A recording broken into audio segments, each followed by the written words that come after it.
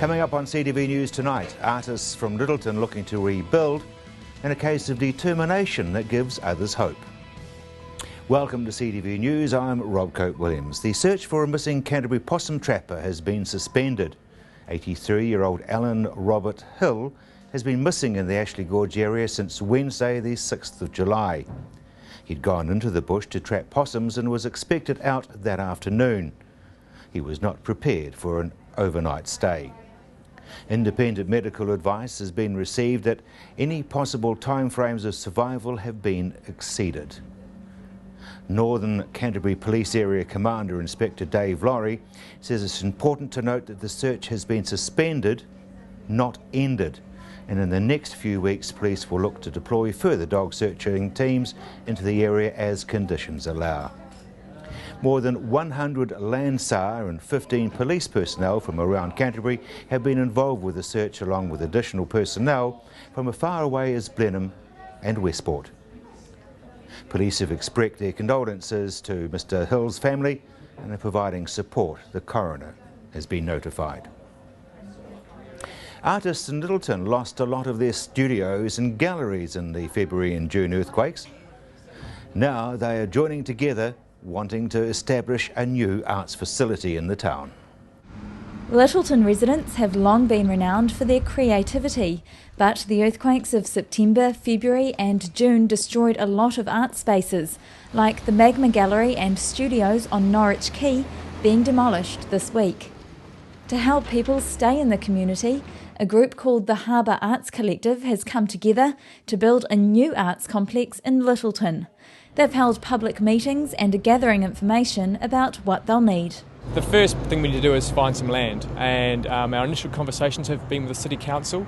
They've made it very clear that there is very little money in the pot for the project, but there is land here available. Well, there is land in the Littleton community which the council owns, and so we are, in the early stages of negotiating possibilities around using that land. While they're keeping an open mind about what land they could use, they're keen to make sure the building is an artwork in itself. There are a number of arts complexes around the world which stand alone in their magnificence, and we see that to have something like here in Littleton as that sort of building just to start with is key to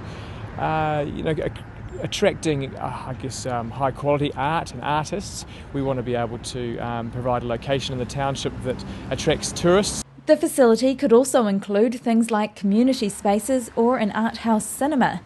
If the collective can find the land, fundraising will be the next mission, but Trent has already been told there's no funding from the Christchurch City Council because water and sewage take priority. It will cost a fair bit of money, but it's not without, outside the reach of what we can do here in this township. And, I think the whole Christchurch arts community will benefit from what we're proposing to do here. So we'll be looking widely for support. Trent says the next step is to present a business plan and concept drawings to the council at next week's community meetings about its draft master plan for rebuilding Littleton's town centre. Firefighters had a large fire on Banks Peninsula under control by last evening, but efforts continue today. The fire is suspected to have been started by lightning strikes a couple of days ago. It covers around 300 hectares of bush at Stony Bay, including the Hinawai Reserve. Christchurch City Council Emergency Services and around 30 volunteer rural firefighters have been fighting the fire since Monday, with 4 homes evacuated as a precaution. Firefighting will continue with helicopters, and residents are still being asked to keep Long Bay Road clear for emergency vehicles. Insurance woes are striking many Canterbury people, but there are steps that can be taken that will ensure a happy result. But normally you would be one of 4 or 5 different professionals. One is a building surveyor, and what they do is they will do a general survey of the building. They usually experienced tradesmen who would have at least an advanced trade cert, although more commonly now they've often got degrees in building science. They will do a general survey of a building. Then if you've got structural issues, you'll go to a structural engineer, and if you've got problems with the land, then you go to a geotechnical engineer, and each one of those can give you a report as to whether the insurers, experts or assessors have got it right. That's a cost to you though, isn't it? That would be a cost to you, but normally if you're happy with the loss adjuster's report, that's fine, but if you're not, it may cost a few $1,000s to get these type of reports, but it's well worth it, even if it's just for peace of mind if you're all unsure. And then, of course, a quantity surveyor is also an important part of that, because the quantity surveyor, they work out the cost of the repairs or replacement. So those are probably the 4 or 5 experts that you'd want to go to. If, of course, you can prove the insurer was incorrect, then you've got a good argument to say that the insurer should pay for those reports. And if you haven't, then you've got, if they agree with the assessor's report that the insured has appointed, then at least you've got that peace of mind. It would be quite difficult for somebody who's a layperson to actually just not accept what's slid across the table at them or posted out to their address, though. Of course, and in each case, the type of reports you would obtain would be tailored towards the issue involved. So if you're talking millions of dollars, then you want to go out and get a whole plethora of reports. But if it's a residential dwelling, then you might get by with a building surveyor's report, which might cost $1,000 or $2,000, and that may be sufficient. Interesting that, for example, my house, the insurance assessors came out, did a very good job as far as I'm concerned, and they said the place is going to have to come down because there's cracks in the floor. Yes. I mean, is that a sort of a case where I should get a second opinion or just go with the flow? No, because there you shouldn't really need a second opinion, because your house is going to be demolished by the sound of it, so it's been written off, so that makes it nice and easy. It's where someone feels that the recommendations for repair won't be sufficient. So, but if your house is going to be demolished, then you come on to another issue, and that is what sort of compensation are you going to get? Because there's 2 ways you can go, really. Most policies will provide for replacement, so that is replacing like for like, and you should be entitled to build another home of the same quality, either on your land or on another piece of land that you've purchased. For instance, in some areas, it just won't be possible to rebuild on land, so you do have that option to build somewhere else. Does it have to be exactly the same plan, or this is the same floor space? No, it doesn't. Most insurers are reasonably flexible. What they will do is they will say, well, if they'll work with you if you want to do something extra, then obviously you'll pay for that extra part, and they'll work through with you in that regard. So it doesn't have to be exactly the same. Where there is an issue is when someone wants the cash, because if you want the cash, then usually you don't get the money it would cost to replace your dwelling or building. You will get an indemnity sum. It'll be usually based on a fixed sum or on the current market value of the improvements, which is usually a lot less than the cost of rebuilding. So it's not a good option, but if you, some people don't have any choice, of course. But it's very important that they would take advice before they make such a choice, because it could involve, even for a residential dwelling, there could be hundreds of thousands of dollars in the 2 different options. And still on business, but at the other end of the spectrum, the Serious Fraud Office investigation into the collapse of the Canterbury clothing manufacturer Lane Walker Rudkin Limited has resulted in criminal charges against its director Kenneth James Anderson, aged 64, and another individual. Mr Anderson faces 61 charges brought under the Crimes Act related to allegations that he fabricated financial documents in order to obtain and retain lending facilities from Westpac New Zealand Limited, ultimately totalling $118 million. He's also facing a further 21 charges relating to the alleged use of fabricated documentation to obtain funds under a letter of credit facility provided by Westpac. Coming up after the break, a positive approach works well for retailers in the comeback trail.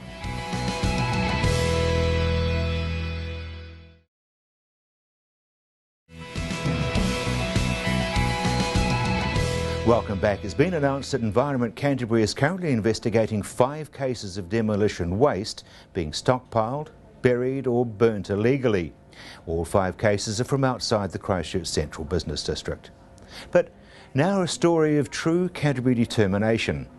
Marion McCallow lost her home, her business and her outlets for her jewellery in the earthquake, but is reopening in the Veramail Wall this weekend. For her, it's a case of not accepting defeat and moving on.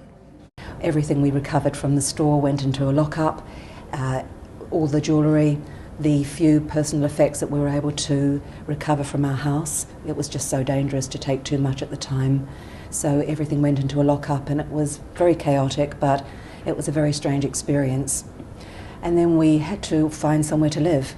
So we were trying to really work through our priorities, but we were very traumatised, like a lot of people. But I think losing your home and your business or businesses, it's a difficult situation to be in because there's no haven to escape to, there's nowhere to go and to get your head straight, to think, well, what do we do next? Because it was traumatic. So I reinstated the trip that I was going to make to Hong Kong, to the Hong Kong Jewellery Show and Bangkok. And somehow I got myself on the plane and I went and I did the buying trip. And it was probably a good thing. It was very hard to get my head around what I should be buying because I wasn't sure how many stores I was buying for at that point. But it was a very good thing. It helped to move away from the situation for a few days, even though I was worried about everything that was going on here. But I still think it was probably the best solution. So I did that. I've also been on another buying trip as well to acquire more stock. I've managed to do some designing. And everything's coming together. It's taken time though, and it doesn't happen instantly. I think I was just traumatised for a long time and I was very tearful. And I think a lot of that was relief that my son Nick was actually fine, because when you look at the house you think, if they'd been in a certain part of the house they wouldn't have got out alive. And I'm just so relieved that we have been the lucky family that didn't lose anyone and we didn't have injury. And I know we've lost personal belongings and that's heartbreaking, but we are still a family. We haven't had serious injuries and that has really kept me going. As far as getting the business back on its feet, it took time. I signed up for the new shop in Merivale a few months ago. It's taken a while to get everything together, but it's come together and I'm really thrilled with that.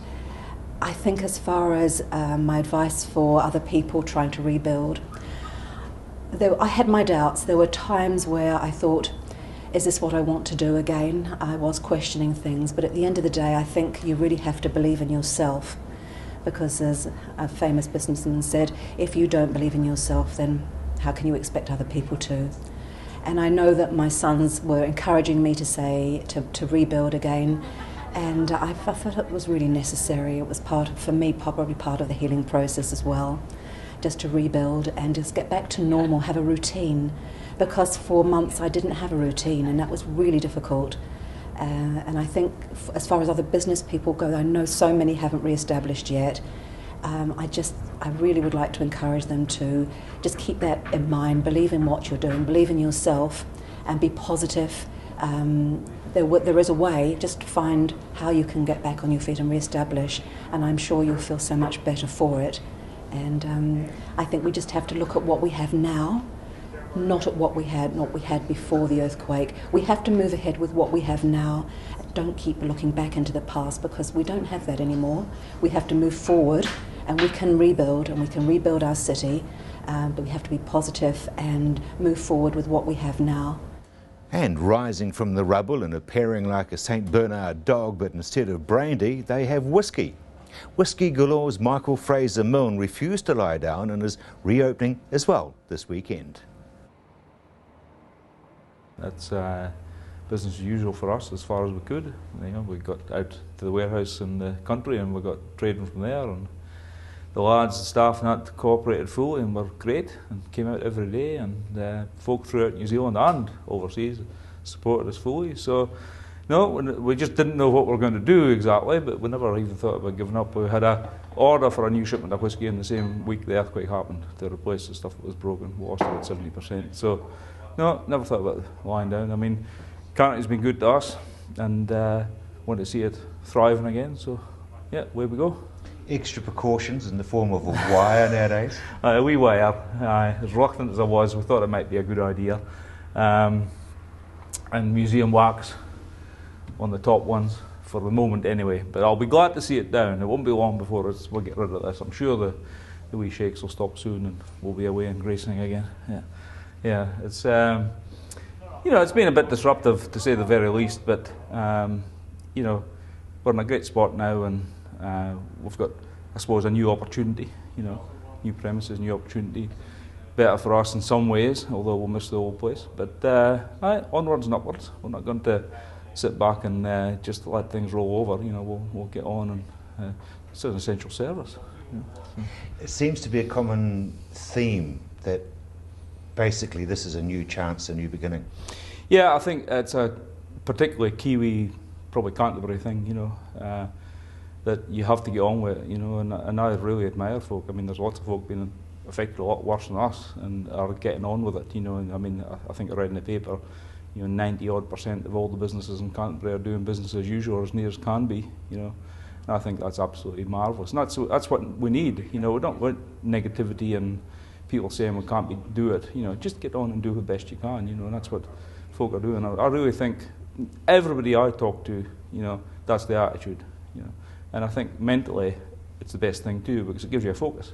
You keep going. I mean, we've all got things we could be thinking of, but you better be having something to focus on if you can. I mean, it's probably easier for me to say than some, but I think it's very, very important, and it's nice to have a focus. Important for you because of your staff. I mean, you're supplying employment for them. Yeah, definitely.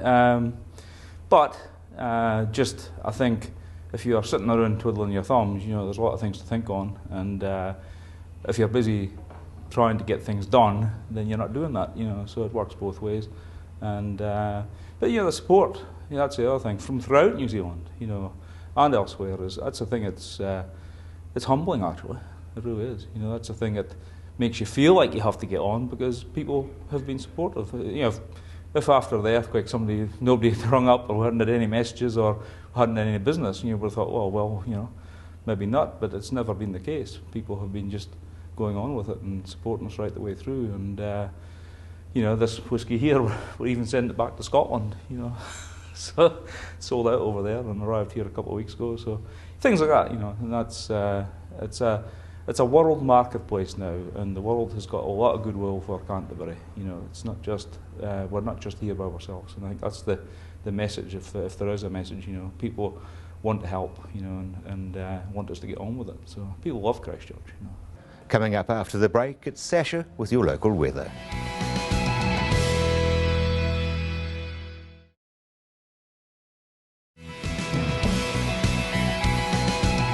Well, not knowing what the weather's going to throw at us, here's Emily with what's on in Christchurch this weekend.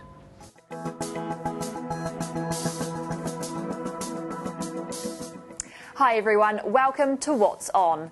Another area of Christchurch now has a weekend market. Christchurch's newest market is situated at the car park of the Papanui RSA, which is located behind the shops on the southwest corner of the intersection of Papanui and Hereward Roads. The market runs from 8 a.m. until 1 p.m. every Saturday and is subject to the weather.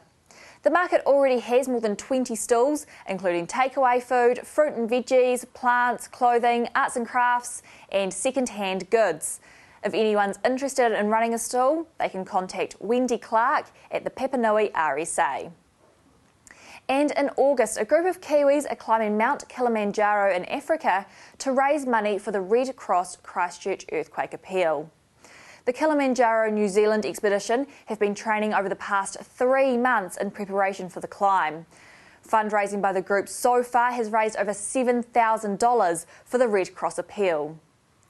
Team members are travelling from the UK, Australia, Tanzania, Kenya and Auckland to meet in Tanzania on the 31st of July.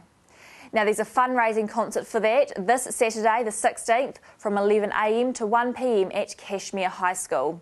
50% of all proceeds go towards getting the group to Kilimanjaro and 50% will go to the earthquake appeal. And the Kaiapoi Art Expo will be held at the Kaiapoi Club on the 16th and 17th this weekend. Works from over 100 artists from the Waimakariri district will be on display from 10 a.m. until 5 p.m. daily. The expo is a gold coin donation entry. Over 650 art items will be on display, including items by painters, potters, weavers, jewellers and sculptors. And Press Cut Rugby is on again this weekend on CTV. You can watch a repeat of the annual big game between Christ College and Christchurch Boys High at 6:30 p.m. and 11 on CTV. Now, don't forget this Friday is the big chip-in for Christchurch. If you're living outside of Canterbury, you can do something small, even if it's just a phone call to someone down here, or wearing red and black to show your support, to let Cantabrians know they haven't been forgotten. Now, if you've got any events you'd like us to mention, you can email me, emily.cooper@ctv.co.nz, or call us here at CTV on 3777 033. That's 3777 033. See you back here next week.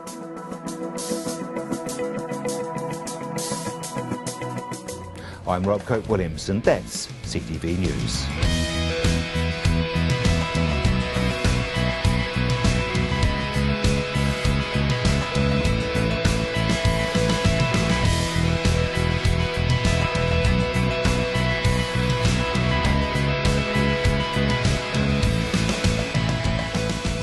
Supporting local content so you can see more of New Zealand on air.